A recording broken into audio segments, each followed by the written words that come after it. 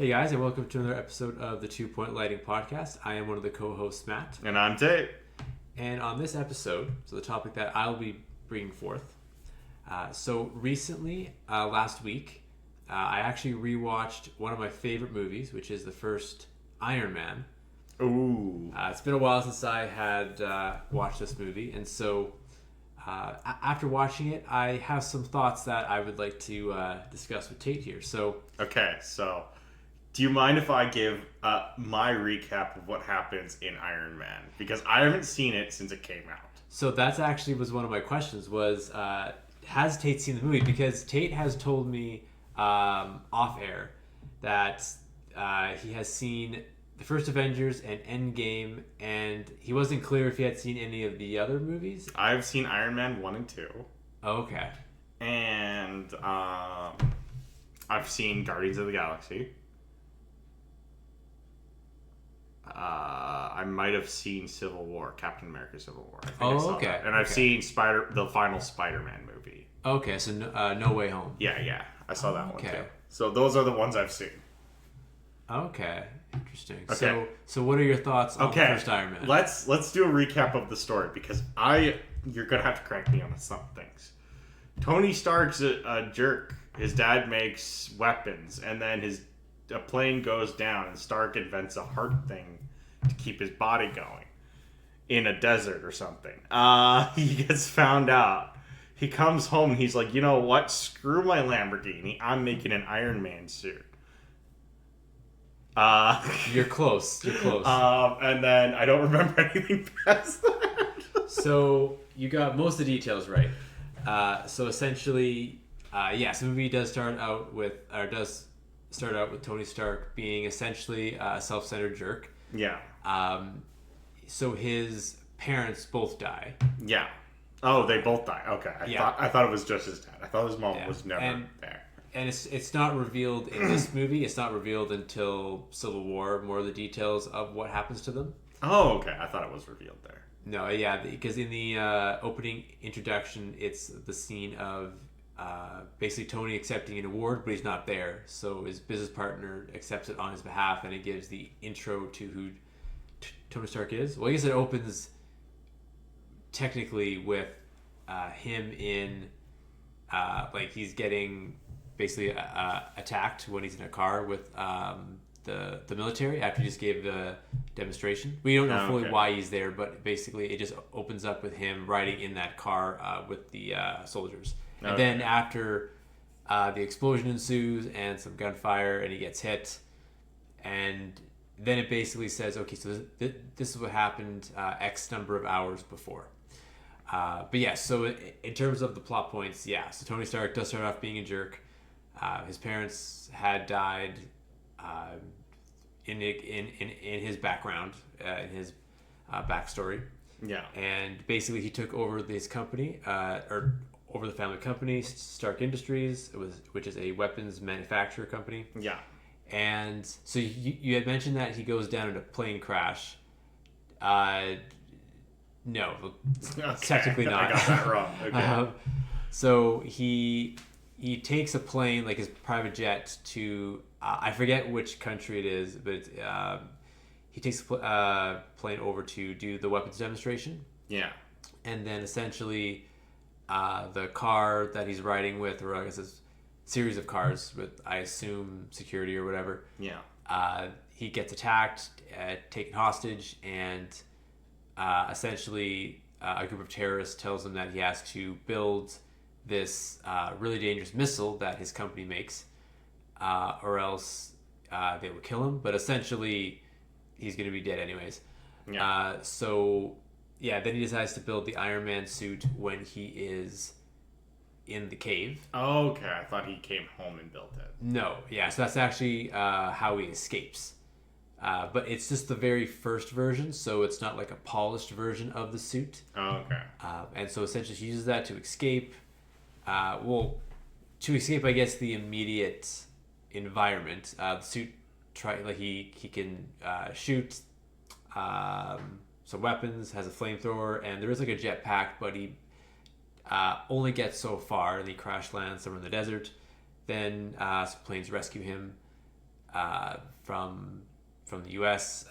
Military, and then he basically has this change of heart because he sees that his weapons are being used To destroy. because the terrorists have his weapons, which he's not sure how that happens, and going through this whole experience, it humbles him. Yeah. And so then he perfects the suit, becomes a superhero, finds out his business partner was the one that sold him out to the terrorists. Oh, it was his business partner. And his business partner, Obadiah Stane, also builds an Iron Man suit called Ironmonger, this huge suit, and they fight. And then at the end, he reveals himself that he's Iron Man. So that's the basic cliff notes of the movie there. So I didn't remember the business partner. I thought he was isolated in the desert for some reason. Oh, because I remember him building like a heart thing, but yeah. So that happens with he's working on that arc reactor with another guy, but that's under while he's a hostage in the cave there. Okay, so, yeah, I did not remember he was a hostage. Okay, yeah. So this is the start of the Marvel craze that has kind of died. It was the first movie in the Marvel Cinematic Universe. Yeah. But like Marvel has kind of fallen off. So what do you think of this movie? And do you think in the future we kind of need to go back to this kind of style? So Tate, I'm really glad that you brought that up because that's essentially where I was going to kind of go. I figured that's where you kind of go. So because now like I've seen all the Marvel movies. But, all of them? Not even Ant-Man. Yeah. Though the ones like since Endgame, I've kept up with most of them. Some of the TV shows on Disney Plus, most I haven't, and I guess not all of the movies as of recently. Okay. But yeah, I just checked them out still. I can agree with the sentiment of most people that the Marvel formula has gotten oversaturated. It's repetitive. They're doing the same thing. Storylines aren't that exciting anymore. But in terms of what the Marvel Cinematic Universe was trying to do to weave and connect 22 movies all together, I do think that's pretty impressive. And it was, yeah. Infinity War and Endgame, like Endgame did end on a really cathartic, really really good note. And so I think overall the bulk of the MCU was definitely a success. Post Endgame, it's been a little like, okay, it felt like it came to a natural end. And of course, there was some individual trilogies of like Spider-Man, Doctor Strange, and Black Panther that had just started their franchises towards the end of the MCU. Yeah. So naturally, they're going to want to make a trilogy of those and so on, and some other ones that they're going to introduce as well. Yeah. But people have noticed that it's kind of ran its course, and I've only kept up with stuff here and there with it now. But in terms of reflecting on this movie, it's crazy to see how it came from such humble beginnings because, in my opinion, I think the first Iron Man is the best Marvel Cinematic Universe movie. Oh, okay. I actually think it's better than, maybe it's a bit of a hot take, I don't know. I think it's better than any of the Avengers movies and any of the other movies that are solo. Because I know you loved Infinity War. Yes, specifically, and also Captain America: Civil War. Actually, those two for sure. Okay, you loved those two. Yeah, but yeah, in terms of like, and just one of my favorite movies in general. Like I love the first Iron Man. Yeah. Okay. And one of the reasons that I love it, so I am a sci-fi person, and I do like fantasy and stuff like that too. But you tend to lean to sci-fi. You love things like Star Wars. A bit right? more. Yeah. If I had to lean between highly advanced tech versus magic, I'm gonna do highly advanced tech. Yeah. And in Iron Man, one of the reasons that I love it so much is, although like this tech is more advanced than our current society, it does still feel grounded in the sense that there's nothing overtly fantastical about Iron Man. Like, it's this guy who builds the suit, and you see the progression of the suit. You see how in the beginning it's a little more basic, and then he's perfecting it in terms of trying to establish how the suit's gonna fly, and he's struggling with that. So when you're watching it, you're kind of inspired. You're like, could we actually do this suit in real life? Now, of course, you look into the science of it, and No. no, like the suit's impossible to make in real life. There's a bunch of issues with the physics and how we would affect our bodies if we're flying like that. So it's not possible. But the movie does such a good job at making you think that it could actually be the case. And it's one of the few movies, or maybe the only movie, that almost has me thinking like, man, I wish I should have been an engineer so I could have built the suit.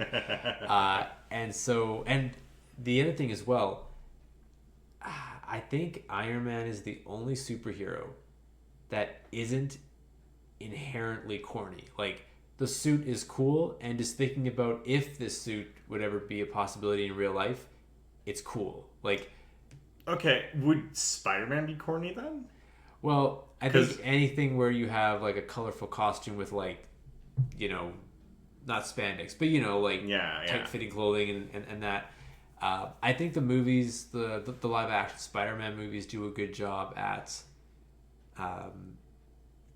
making the suit not really corny, but there's, it definitely is a challenge to do. And even like something like Batman, like The Dark Knight, that takes itself very seriously with that movie, and just how realistic that whole portrayal is.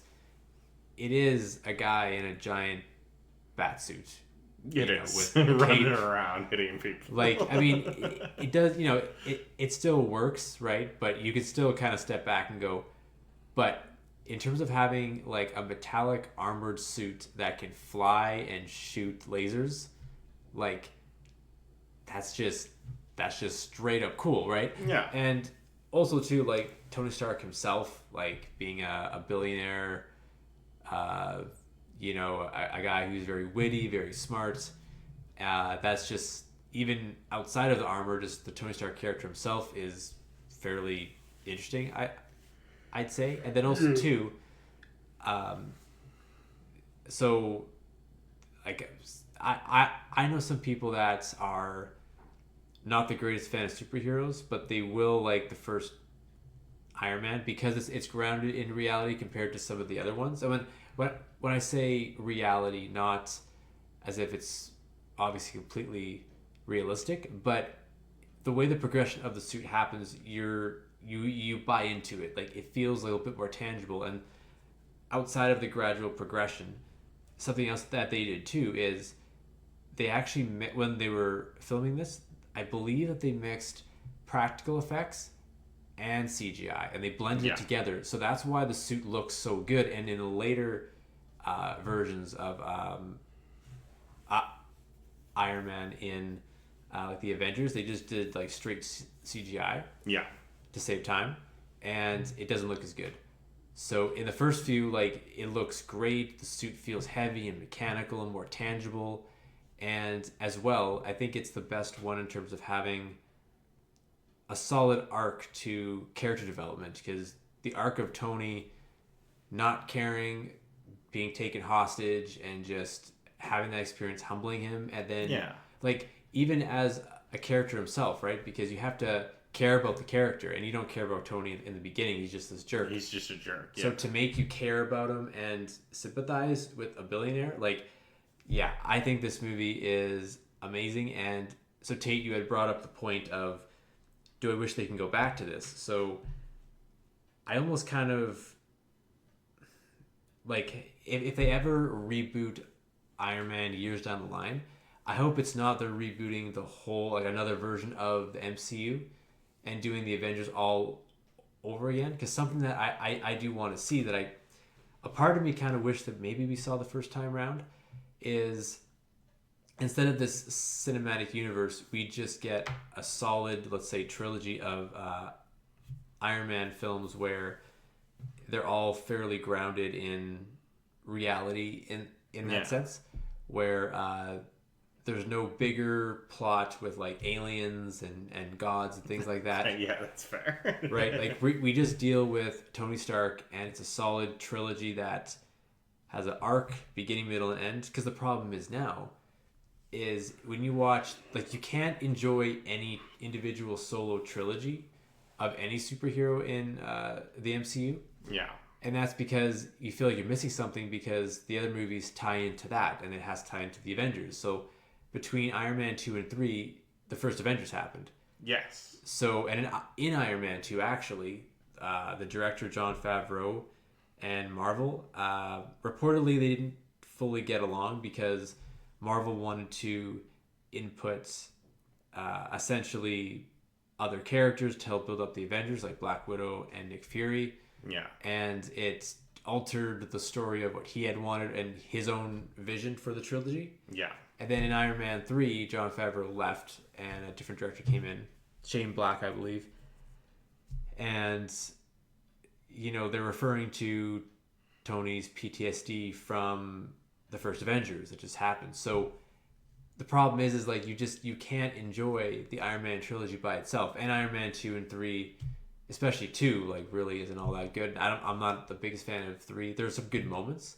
Yeah. But I would almost like to see what would have happened if we just had a solid Iron Man trilogy, done the way that Jon Favreau had maybe intended, perhaps. Yeah. So, do you think Disney coming in and establishing Marvel Studios? I think it was after the first Iron Man or second. Because first one was Paramount, I think, the first Iron Man. Yeah, like there's Marvel Studios. I forget exactly. Disney didn't buy them till a bit later on, I think. I think they bought them before the first Avengers. Okay, I think that sounds about right. So, do you think Disney potentially coming in and being like, oh, this has to be...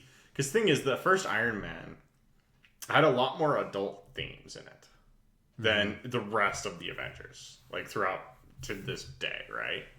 Yeah, like weapons in terms of... Weapons, he was tortured in a prison. International conflict. Exactly. So it had a lot more of these things. So do you think you need to take off the kiddie gloves again? A little bit. To make it more family friendly? Yeah, because I think Disney came in and was like, oh, it's family friendly. It's for everyone, right? But if you make something for everyone, I don't think you can make something truly great. That's true. And I think there's a little bit of that. And also around kind of that same time with the first Avengers when Josh Whedon was directing that. Josh Whedon's known for doing a lot of humor too. Yes. And when I was watching the first Avengers in the theater, it's because I've watched the first Avengers since then, and it doesn't feel the same because I don't think the jokes are...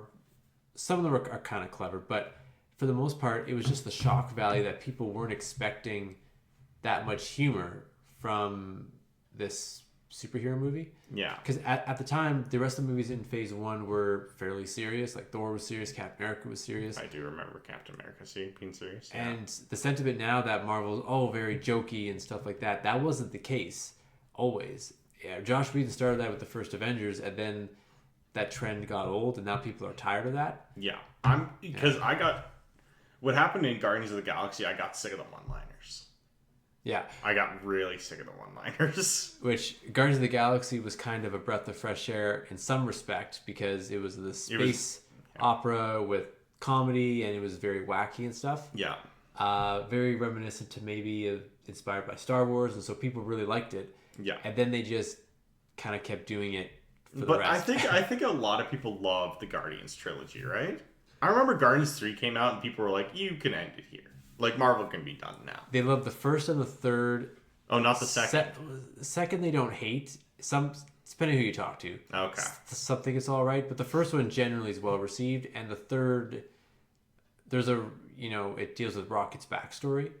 Yeah. So that story is very emotional and very good, and I think in terms of ending the Guardians trilogy, I think it does a really good job. Well, I remember when it came out, a lot of people said you could end Marvel here because at the time you were having a lot of Marvel movies that people didn't enjoy that much.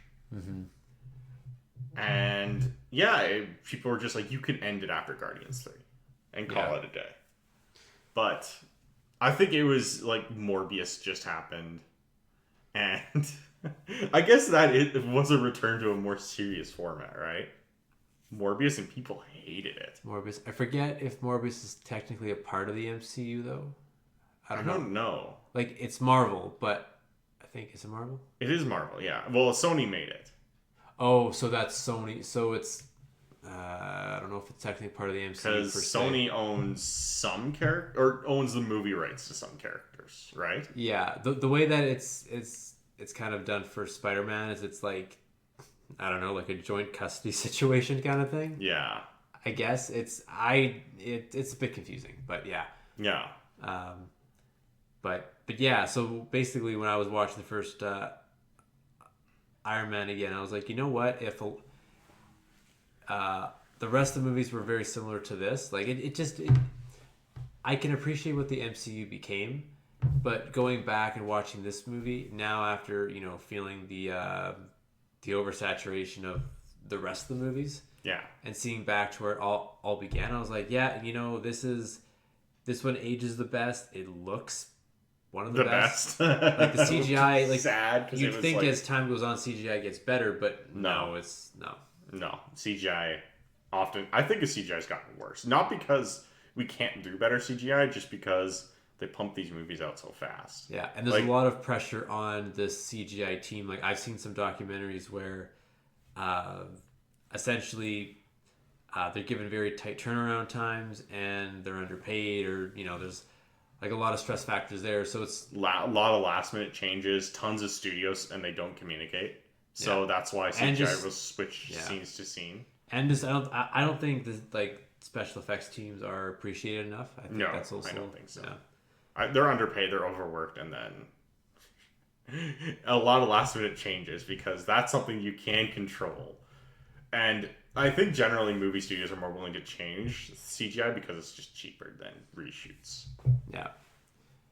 Yeah, like, and so that's pretty much just kind of what I wanted to bring up was just how cool that it would be to see the Iron Man trilogy done differently. If it was just in the respect of the first one, where nothing fantastical about it. Now, Iron Man in Iron Man lore, his arch nemesis is a guy called the Mandarin, who I believe in the comics, different versions of him. Some he's more of a scientist, some he can do more magic. Yeah. So that's more fantastical. But in Iron Man 3, where the Mandarin is introduced, he's essentially, I believe, just like a regular person. Like he's not like magic based, but he's very intimidating. And spoiler alert, I guess if you haven't seen it, I'm probably not going to watch it. Go for but they do such a good job with Iron Man 3 in the very beginning.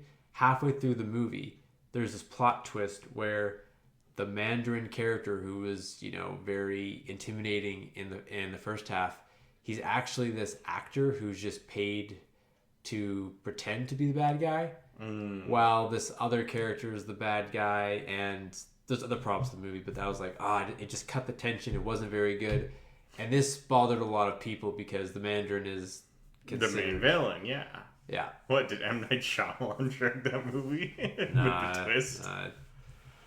Yeah. So so that's kind of my thoughts on that. That's pretty much all I had wanted to mention. Yeah. No, I think it's interesting. So do you think, what do you think killed Marvel? Do you think it was the shift to the jokey style that Joss Whedon did? Do you think it was purely oversaturation? People got sick of the formula, or? I think a combination of all the above. I think it's just straight up the fact that there's just so much content between the movies and the TV shows. So stylistically, people can't do a lot of different things. Like, for example, the whole reason why Ant-Man was even in the lineup, I believe the main Marvel directors didn't even executive directors, didn't even really want or didn't even think of Ant-Man. Essentially, a director named Edgar Wright, who's known for doing very stylistically unique films, had brought forth this idea and this vision. And Edgar Wright's very creative with his vision for stuff. And so essentially he had brought forth this movie, was working on it. He had left due to creative differences, which I can see. Oh, so he didn't direct Ant-Man, actually? No. I forget who did, but essentially from what I can gather is probably Marvel had wanted to be directed in a way that would fit their universe. And Edgar Wright's has a very, let's say, like eccentric style. So it probably was like some off the wall, which I actually think would be really cool to see. Yeah. But I could also I know. see... I think it would have been for the best because nobody liked the Ant-Man movie, from what I recall. I actually like them. Okay. I actually like all three. There's three. There was a trilogy. Yeah, like Oh my they're like goodness. lighthearted, fun. They don't take themselves too seriously. I never understood why people just hate them. I'm like, I've never seen them, so you can. They're actually know. they're actually a lot of fun. Here's the thing: I don't understand. I really don't get what separates what people hate about some Marvel movies and what people love about some Marvel movies. I actually cannot tell the difference. I think it's a combination of the pre-existing lore, how popular it was beforehand to a certain degree. Iron Man, depending who you ask, was a B-level character. Now he's an A-level character because of the movies. Yeah. And Robert Downey Jr. and all that. I knew about him just in the cartoons, some of the cartoons. Yeah, I knew about Iron Man before it happened. Like, Captain America is iconic, but in my opinion, I think the character's kind of corny, just inherently. Yeah. This blue costume, he throws a shield. I mean... Yeah, it's very 1920s, right? Yeah, which is kind of... Captain America's aged. Yeah, which is sort of, I guess, how it plays out, where he is a man trapped in time because it gets frozen and thawed out, and so he's like a fish out of the water story. Yeah. But in terms of what people love and hates, there's no real rhyme or reason. And I guess there's no unanimous consensus, but because I saw Morbius and I could not tell why people hated it compared to other Marvel movies. Like, there was a few cringe lines, but every Marvel has a few hard cringe lines. Yeah. So I was just like, I don't understand why people hate this. Yeah. Have you seen it? Morbius, no. Okay, I was going to ask if you hated it. No, I've just heard that it was really bad. It was morbid time, so... Here, again, I watched it, I couldn't tell the difference. So maybe that's just me. I was like, oh, this is standard fare Marvel with a few very cringe lines, and that's about it. Yeah. Yeah, it was... Yeah, I don't know what specifically was bad about it, just... Like, people don't like Jared Leto, right? J-Lo. I guess, yeah. I don't fully know why either. I think he has a cult or something. I think he's kind of just a jerk. Because he runs the band 30 Seconds to Mars. Oh, yeah. Yeah, and I think he's just a jerk. Okay. That's just, I don't know. I haven't looked into the guy. Okay. Yeah, interesting. But yeah, that's pretty much all my thoughts on that. So,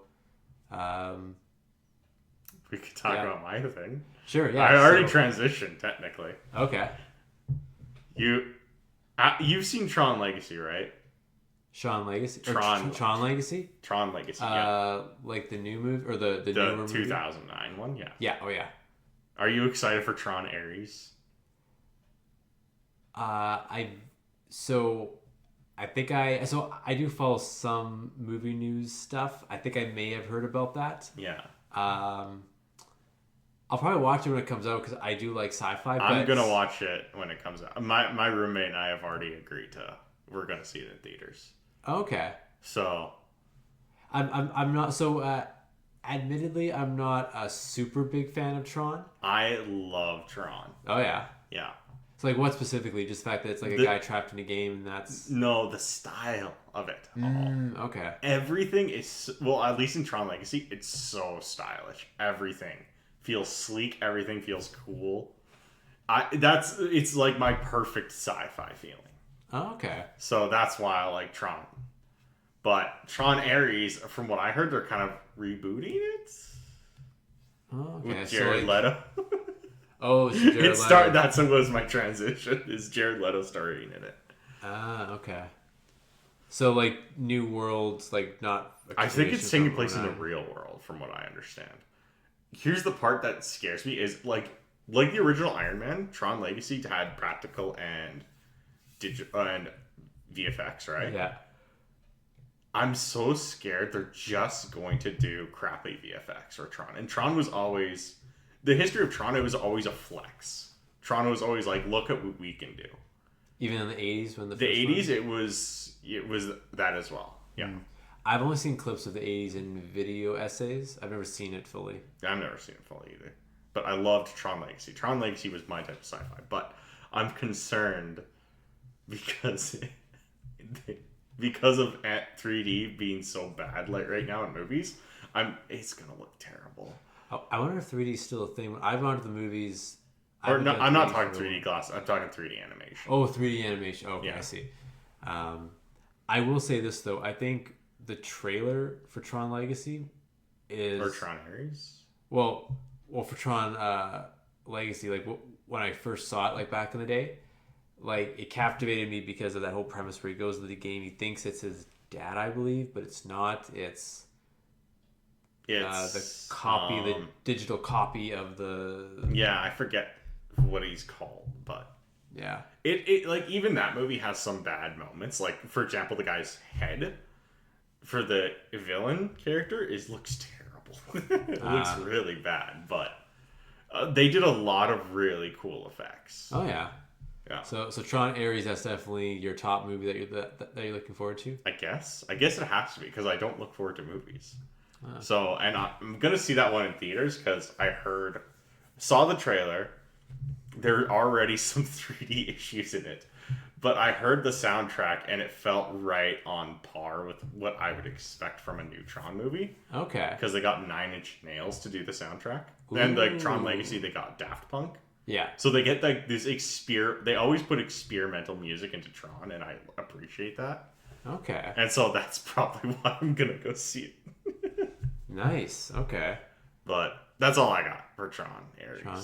Yeah, I love sci-fi stuff. I'm not super into Tron, but I mean, I'm definitely gonna check it out though for sure. Yeah. Yeah. Well, I think that's it.